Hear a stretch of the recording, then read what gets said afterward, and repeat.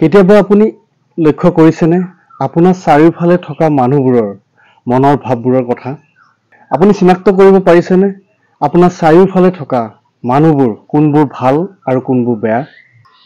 কোনবোৰ স্বভাৱ চৰিত্ৰৰ পৰা আপুনি গম পাব যে কোনবোৰ মানুহ ভাল আৰু কোনবোৰ মানুহ বেয়া? তেন্তে আহক এই ভিডিঅ'টিৰ জৰিয়তে আমি আজি জানি থওঁ বেয়া মানুহবোৰক কিদৰে চিনাক্ত কৰিব পৰা যায়। নম্বৰ 1, বেয়া মানুহবোৰে আপোনাৰ বা বন্ধু-বান্ধৱৰ বা পৰিয়ালৰ হাজাৰটা বিপদ হওক তেওঁলোকে কোনো কাৰণতে সহায় কৰিব নিবিচাৰে। নম্বৰ 2, বেয়া মানুহবোৰে আনৰ প্ৰশংসাৰ নিজৰ মুখেদি কেতিয়াও কৰিব নিবিচাৰে। নম্বৰ 3, বেয়া মানুহবোৰে নিজকে বহুত বুদ্ধিমান আৰু বলৱান বুলি ভাবে। নম্বৰ 4, বেয়া মানুহবোৰে নিজৰ স্বাৰ্থ আৰু লাভৰ কথা আগতীয়াকৈ হিচাপ নিকাচ কৰি থয়।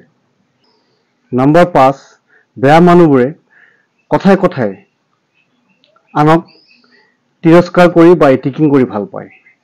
আৰু নম্বৰ 6, জ্যেষ্ঠ বুলি সন্মান কৰিলে তেওঁলোকক ভয় কৰা বুলি ভাবি লয়। নম্বৰ 7, সত্য আৰু অসত্য বা মিছা সঁচা এইবোৰ তেওঁলোকে বুজিবলৈ মুঠেই চেষ্টা নকৰে। নম্বৰ 8, বেয়া মানুহবোৰে সামান্য অকণমান আঘাত পালেই তেওঁলোকে যেনি তেনি যেতিয়াই তেতিয়াই মানুহক অপমান আৰু অপদস্থ কৰিব নেৰে। 9 নম্বৰতে সকলো মানুহকেই তেওঁলোকে বেয়া স্বভাৱৰ বুলি সন্দেহ কৰিব বিচাৰে।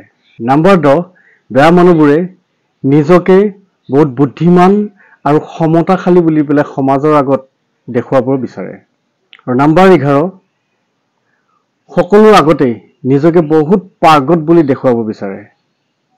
নম্বৰ 12, বেয়া মানুহবোৰে বহুত অহংকাৰ কৰি কথা কয়। নম্বৰ 13, নিজৰ হাজাৰটা ভুল থাকিলেও কোনো কাৰণতে হাৰি যাব নিবিচাৰে। আৰু নম্বৰ 14, বেয়া মানুহবোৰে কেতিয়াও পৰাজয় স্বীকাৰ কৰিব নিবিচাৰে। মুঠতে এইকেইটা লক্ষণ বা স্বভাৱ চৰিত্ৰৰ যিজন ব্যক্তি গাত থাকিব তেওঁ মুঠেই এজন বেয়া মানুহ বুলি আপুনি চিনাক্ত কৰিব পাৰিব।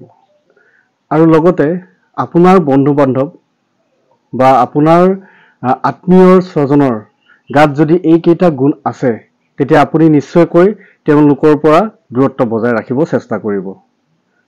নতুবা বিপদ আপোনাৰে হ'ব, অসন্মানী আপুনিয়ে হ'ব।